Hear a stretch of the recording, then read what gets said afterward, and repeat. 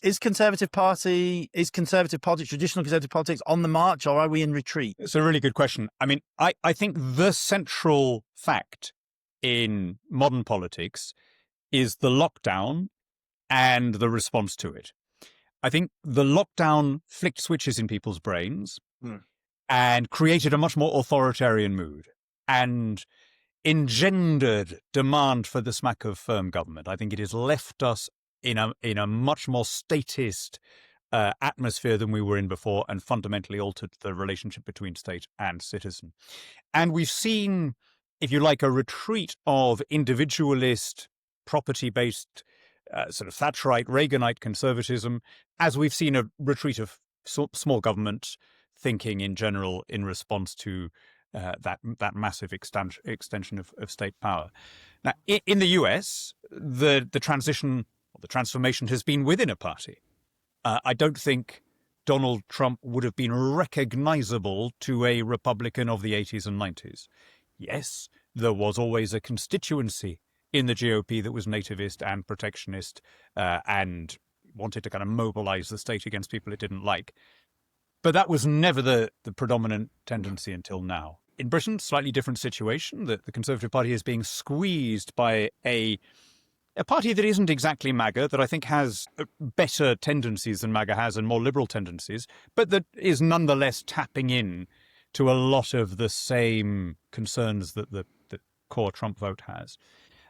Canada was actually the place that I was most enthusiastic about, and Canadian conservatism was the brand that I felt was the one likeliest to deliver, because yes, I think, of course, Canada was subject to the same cultural trends as the rest of us, and the truckers' convoy and the anti-vax movement and all of those things. But I think the Canadian Tories had managed to kind of ride those things without losing their belief in personal freedom and constitutional propriety.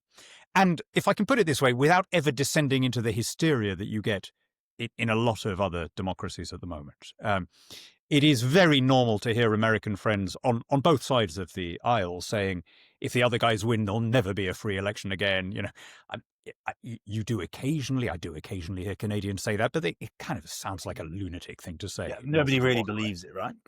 Right. And that, by the way, that is no small thing at the moment, to have retained that sense of political normality that the other party are your opponents and not your enemies. That is a great prize right now. So, of course, I was hugely disappointed by what happened at the Canadian general election. I don't think anyone had seen it coming.